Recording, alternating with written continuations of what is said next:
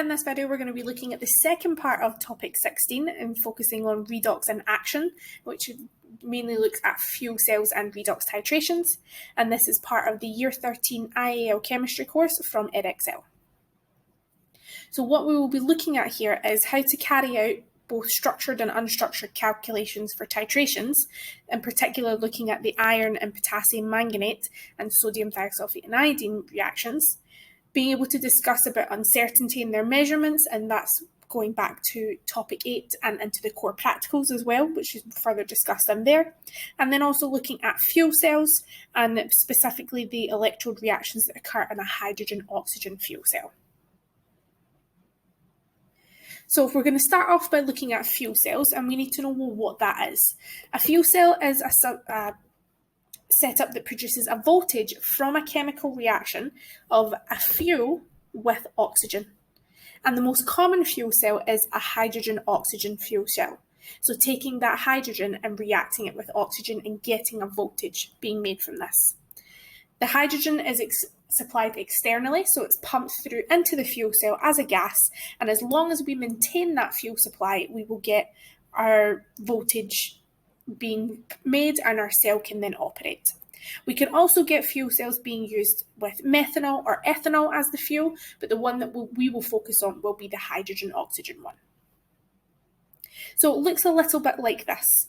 So you can see it's all sort of encased in this setup, and we've got this hydrogen gas being pumped in from one side, and we have oxygen being pumped in from the other side. And what happens is, as we get to the negative electrode, so in this case we're looking at acidic conditions, as the hydrogen approaches the negative electrode, it then loses 2 electrons and it becomes hydrogen ions. So the hydrogen loses the 2 electrons to the electrode and it becomes a hydrogen ion. Those electrons can then flow towards the positive electrode, and as the hydrogen moves past, we've got oxygen that is being pumped in from the other side that is reacting along with the electrons that have been moved from the negative electrode, and that all reacts together. So we have the hydrogen and the oxygen, and this reacts together to make water, which is then pumped out at the bottom. So we're essentially reacting the hydrogen gas with oxygen. We get a voltage being formed because we get that flow of electrons, and we make water as our product. Now, in this particular reaction, the metal electrodes are coated with platinum, because not only is platinum inert and it's not going to actually interfere, it does act as a catalyst, and it catalyzes the breakdown of the hydrogen into the hydrogen ions. And in the presence of the acidic electrolyte, we need to be able to show what happens in both of these electrodes. So at the negative, which is the one on the left-hand side, we get the hydrogen gas breaking down into hydrogen ions and the electrons, whereas at the positive, we get those hydrogen ions reacting with the oxygen, taking back those electrons, and we form the water. And you can see that once we start to balance these substances out, the overall reaction is hydrogen reacting with the oxygen to form water. The only difference here is that we're not burning it. So normally we could burn hydrogen and make water in a combustion reaction. This isn't a combustion reaction, but we get the same sort of thing. So we are still getting energy being given out. And this is very important in the presence of an acidic electrolyte.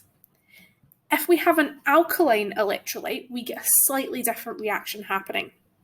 So at our negative electrode on the left-hand side, we have the hydrogen coming in, but this time it reacts with the hydroxide that would be present in the electrolyte. That then forms 2 moles of water plus some electrons. One of those moles of water then comes up to the positive electrode and reacts with the oxygen plus the electrons to make the hydroxide. So that's then remaking the electrolyte. So we're not actually using up our hydroxide ions from the electrolyte here. and we still have that 1 mole of water being formed, because only one of the waters will react at the positive electrode. The rest of it can be removed from the bottom. So again, our cell reaction is overall the same, it's just happening in a slightly different order. And these are things that you must know.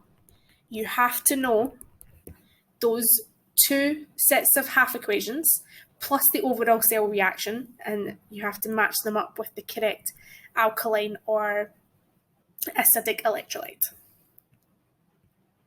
The other part of fuel cells is looking at why we use them, and a lot of this is common sense, so it's things that you should already know.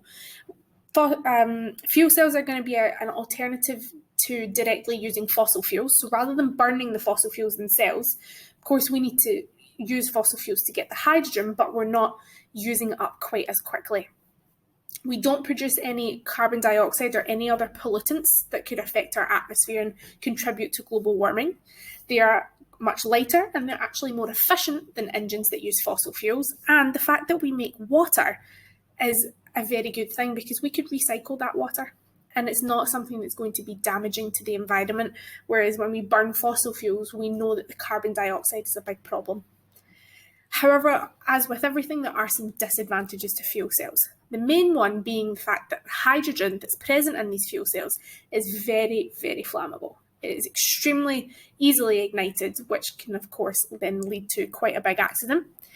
If we then have to transport the hydrogen, we have to compress it, because we can't just have the gas floating around. We compress it into a gas tank, and again, if we get a slight leak, we could get a fire happening here. We get many metals actually absorbing hydrogen, so any metal that would form the basis for the fuel cell, we could have that reacting with some of the hydrogen instead, and we know that even platinum does that. And the hydrogen that's being used is produced from methane, which is a finite source. So whilst it's not a direct use of fossil fuels, there are still some that need to be involved. So in terms of fuel cells, you need to know the half equations for the acidic and alkaline electrolyte, the overall equation, and be able to name 1 or 2 advantages or disadvantages. But as I said, a lot of that is common sense. The second part of this topic is looking at redox titrations. Now, you have looked at titrations previously, mostly acid-base titrations, and done calculations. These are carried out in a very similar way. The biggest difference here is, rather than it being an acid-base, we have a titration of a reducing agent by an oxidizing agent, or titration of an oxidizing agent by a reducing agent. So we're getting these redox reactions happening, and there are 2 key reactions that you have to be able to explain and carry out.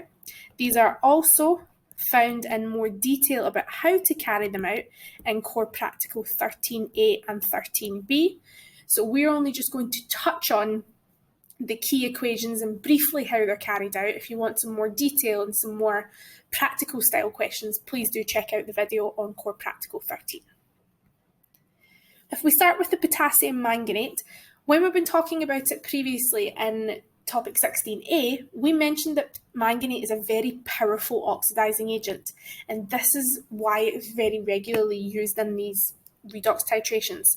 And when it's in an acidic solution, and I'll come back to why that's important in just a minute, the half equation for the reduction of the manganate to manganese is shown here, and you could lift that again straight from the data book. So all of this is in your data book, but it is important for you to know them. So we've got the manganate plus 8 hydrogens with 5 electrons, which is very important, giving you manganese 2 plus and 4 moles of water. The reason that it must be in an acidic solution is because in an alkaline solution, the potassium manganate 7 actually forms manganese 4 oxide, which is a brown precipitate. And as soon as you get that precipitate, it's going to interfere with your endpoint in your titration. You don't want any precipitates being formed. Therefore, we always use it in acidic conditions. And the really cool thing about potassium manganate is the manganese ions are colourless, but as the titration happens and eventually the potassium manganate becomes an excess, so it's reacted with all of the reducing agent, it then is pink. So this can actually act as its own indicator, and we would say that this is a self-indicating reaction. So we see a colourless to pink colour change here. So how do we do this? Again, we can see it's going to be lined out a little bit more when we talk about Core Practical 13, but in general terms, it's very much the same as every other titration. We take our iron 2 solution that we want to react it with, and we put it into a conical flask, and we put a little bit of the sulfuric acid, so we have these acidic conditions. We add the potassium manganate from a burette to an accurate concentration, of course swirling so that we get it all reacting, and the solution will be colourless until we use up all the iron 2, and then that one drop will make the mixture go pale pink. And that then tells us that we're at our end point. It is important for you to know all three of these reactions, because what we need to know about what's actually happening here is we get the manganate being reduced from MnO4- to Mn2+, and we get the iron 2 being oxidized to iron 3. And when we combine these two things together, I have to multiply this top one by 5 to balance out my electrons, and you can see that the manganate and the iron 2 react in a 1:5 ratio, and that comes up a lot in exams. You have to know that ratio. Sometimes they will give you this equation, sometimes they won't. It's important for us to know exactly why these colour changes appear as well. So we've said that the manganate is purple or pink colour, whereas the Fe2+, Fe3+, and the manganese are all very pale. So pale green, pale yellow, pale pink. And because they're so dilute, they eventually appear colourless. The only one that is not colourless and is a very strong colour is the manganate. So this is why it can act as this self-indicator. We can then apply that information and that ratio to a very basic redox titration calculation, and this should be no similar to any previous calculation from balanced equation. So we know that our manganate to our iron 2 is a 1:5 ratio, and that's going to be extremely important. So I can figure out, first of all, using the volume and the concentration of the potassium permanganate, potassium manganate 7, I can work out the number of moles. So moles is, of course, C times B. So our concentration is 0.02 times the 22.40, but I need to change it into decimeters cubed. So I divide it by 1,000, and I get an answer of 4.48 times 10 to the minus 4. Because of that mole ratio, I then take that 4.48 times 10 to the minus 4 and I multiply it by 5, and that gives me 2.24 times 10 to the minus 3, and that is now my moles of the Fe2+. From that, I can then determine the concentration by doing the 2.24 times 10 to the minus 3 divided by the volume, which is 25 centimeters cubed, but of course I'd have to convert that into decimeters cubed, giving me a concentration of 0.0896 moles per dm cubed. So this is just a very basic example, and we will look at some that are a little bit more challenging in just a few minutes. The potassium manganate 7 can also react with ethane dioic acid, and you can see that we've got the two reactions here, and this time we have a ratio of 2:5. Now this one doesn't come up quite as often, but we do need to be aware that it is possible, and again we need to know this ratio, but chances are in an exam they will give you this one because you're not expected to know it.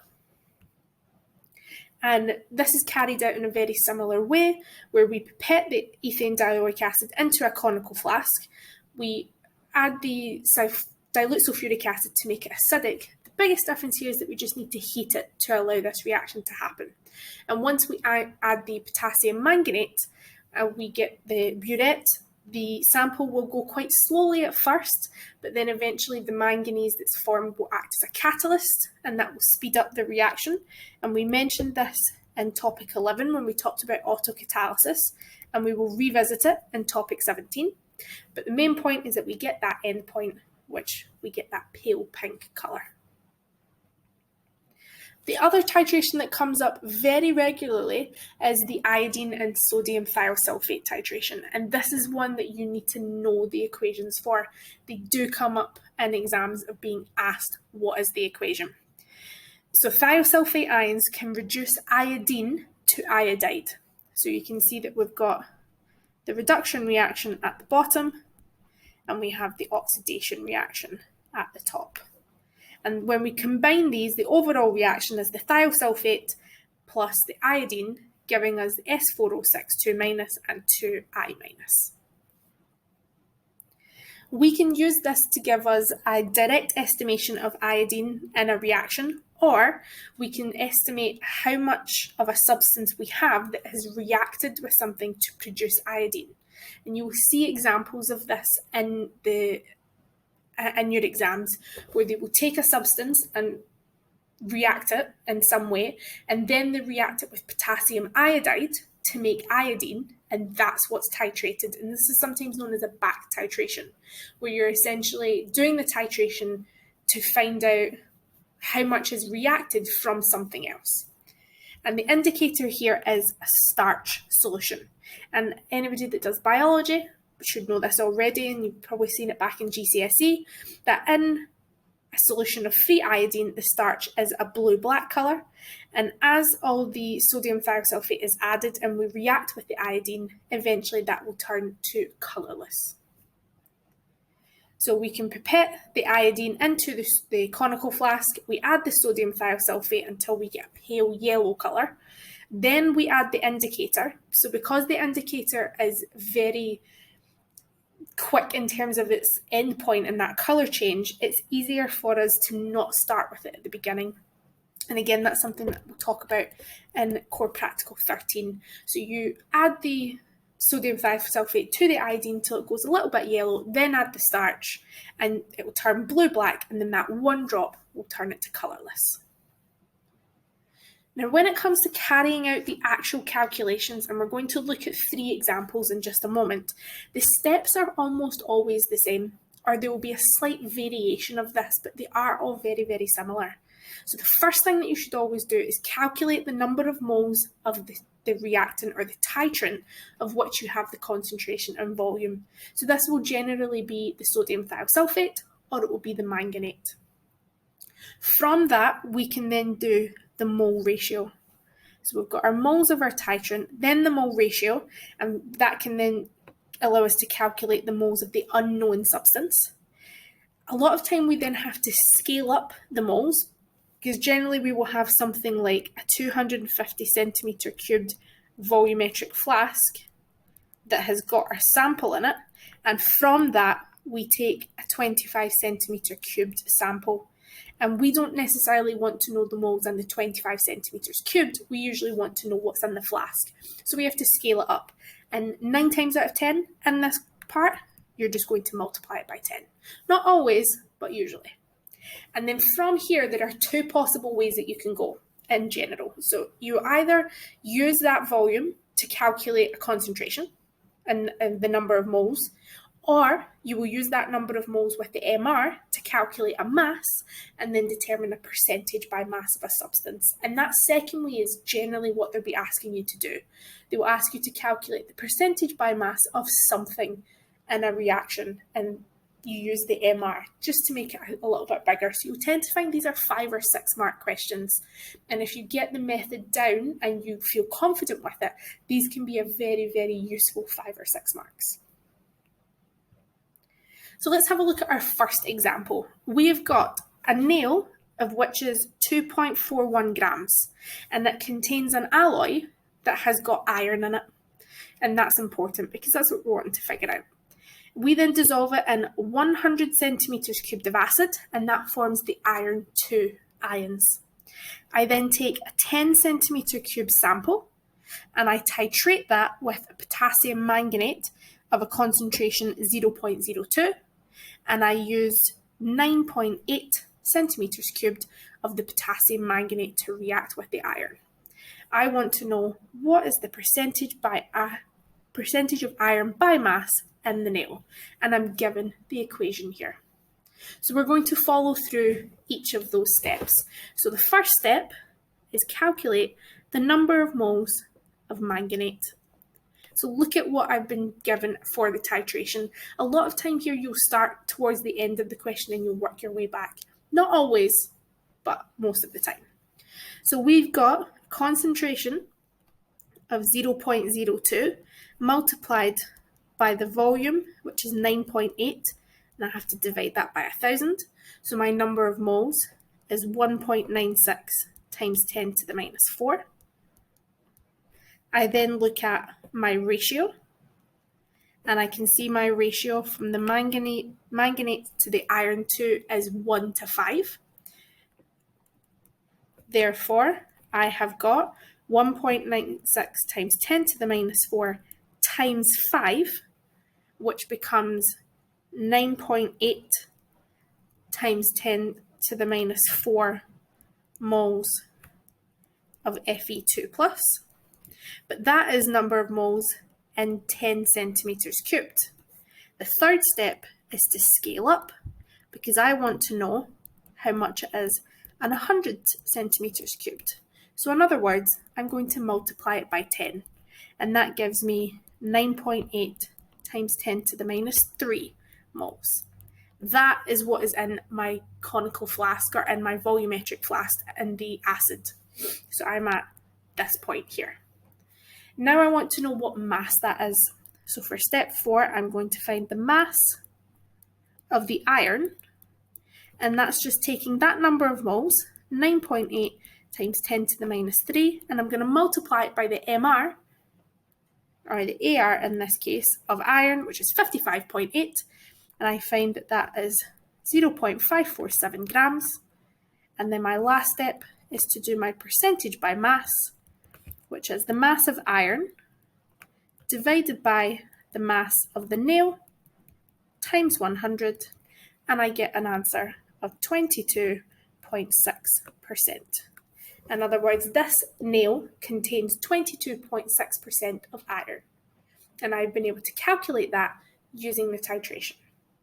So you can see that I followed through those same steps. I've done my number of moles of the titration substance, my mole ratio, scaled it up, calculated the mass, and then worked out a percentage by mass.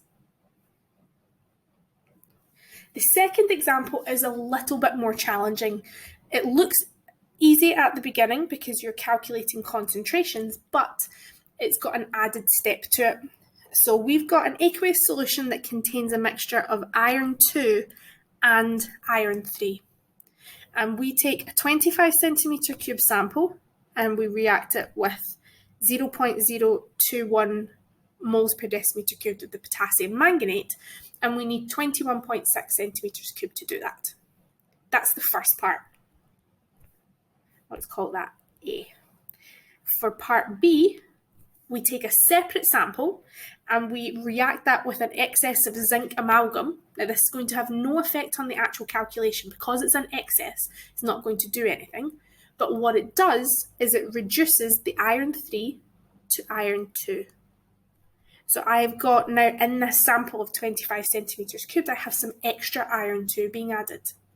And once I filter out the excess zinc and I do the titration, this time I need 44.4 centimetres cubed when I do the titration.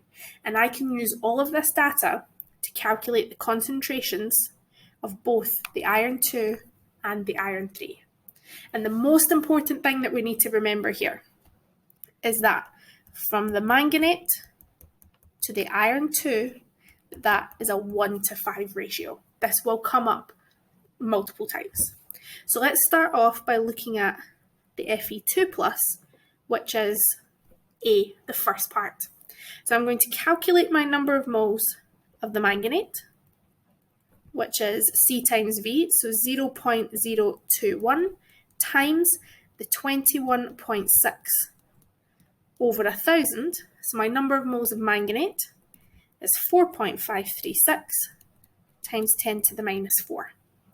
If I then want to convert that to my number of moles of Fe2 plus, I need to do the 4.536 times 10 to the minus 4, and I multiply it by 5 because that's what my ratio tells me.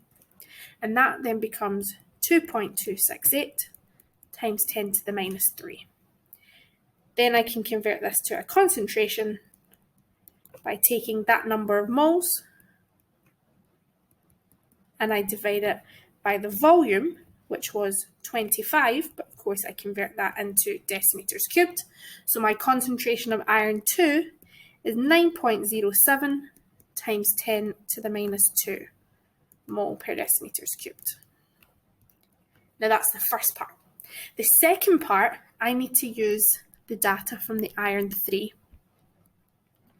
And I'm going to do pretty much the same steps, apart from the fact I need to work out how much of the potassium manganate reacted with only the iron 3. So I need to use some information from the A sample to tell me something about the B sample. If I know that 21.6 centimeters cubed reacted with the A sample, I must have used up 21.6 centimeters cubed of this 44 on the iron 2 that was already there before it was reacted with zinc. So my volume that I need to use is actually the 44.4 minus 21.6. So my titer volume just reacting with the iron 3 is 22.80. Now that I know that, I can now carry out the rest of my reaction and my calculation. So my number of moles of manganate is 0.021 times that 22.8 over 1,000. And that gives me a value of 4.788 times 10 to the minus 4. I'm going to multiply that by 5 to get my number of moles of the iron 2 plus, but in reality that's actually the iron 3 plus, because that's what we're working out. And when I multiply that by 5, I get an answer of 2.394 times 10 to the minus 3 moles. So then my concentration of iron 3 plus is that number of moles divided by the volume, which was 25, and that is going to be equal to 9.58 times 10 to the minus 2 moles per decimeter cubed. And those two values are my final answer. So you might find that this is probably a 6-mark question where you'll get, I'd say, probably 2 or 3 marks for the first part, and then either 3 or 4 depending on the weighting for the second part, because you have this extra step here to calculate that volume.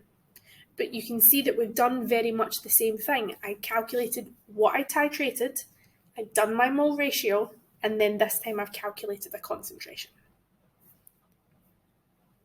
So lastly, I want to finish up by looking at a past paper question. The best way to get good at these examples and get good at this is to practice, and it comes up lots and lots. So we have a sample of a substance called Admiralty brass that we don't really know anything about, and this has got a mass of 3. And we're treating it with nitric acid and then make it up to a neutral solution that has a volume of 250 centimeters cubed. I've then taken that substance and I've reacted it with excess potassium iodide, and that has been added to a sample of 25 centimeters cubed, and whatever iodine I form when it reacts with the potassium iodide is titrated with the sodium thiosulfate, and that has a concentration of 0.1, and my mean titer is 33.1. So I have my metal in my Admiralty brass that's reacting with the potassium iodide to make iodine, and that iodine is used to react with the sodium thiosulfate. So there's sort of 2 parts to this question.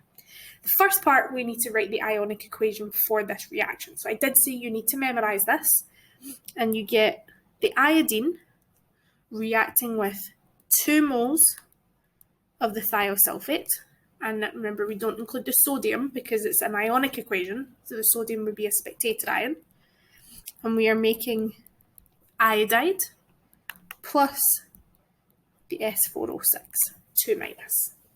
That gets you the first mark.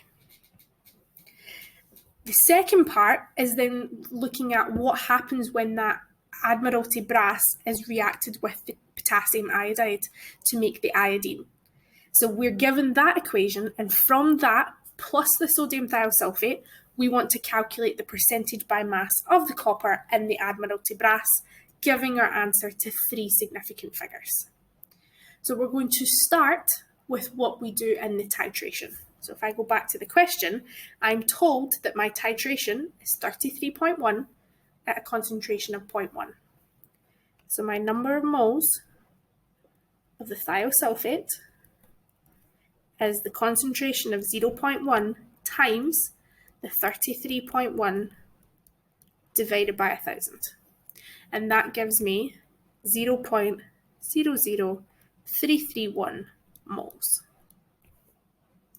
Now, we then need to work back to the copper because we're wanting to calculate the mass of copper. So if we go back to here, we can see that we have got sodium thiosulfate, 2 moles of that reacts with 1 mole of the iodine, and 1 mole of the iodine is formed from 2 moles of the copper. So in terms of the sodium thiosulfate to the copper, they are in a 2:2 ratio.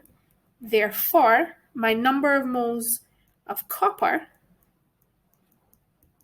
is also 0.00331 moles, because I've used the 2 equations and I've calculated my mole ratio. I then have to do a scaling up, because again, if I go back, we can see that I had a 25 centimetre cube sample at 250. So I have to multiply it by 10. So my number of moles is now 0.0331 of the copper 2 plus. I can now calculate the mass of the copper.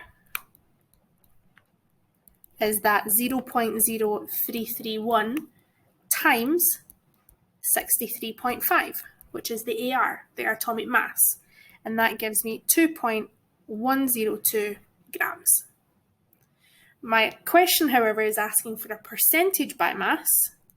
So what percentage of that 3 grams is copper? So I do my mass of copper over the 3 grams times 100, and I get 70.06%. But of course, the answer must be in 3 significant figures. Therefore, my final answer is 70.1. Notice I've done the same thing that I've now done 3 or 4 times. I've calculated the number of moles, I've done the mole ratio, calculated the number of moles of the substance using the ratio, scaled it up, calculated the mass, and then done a percentage by mass. And that's a 6-mark question. So if that came up in an exam, I think if once you've practiced and you've went over it, you would feel fairly confident about that. And you can see exactly how the marks break down in the mark scheme here. And it shows you where each of the different parts are coming from. And you do get a mark for putting it into 3 significant figures. So always check that in the question. That's everything for topic 16b, redox in action. My biggest recommendation will be get some past paper questions and practice these redox titrations. And if you've got any questions, please do feel free to leave a comment below, and we hope to see you back on the channel soon.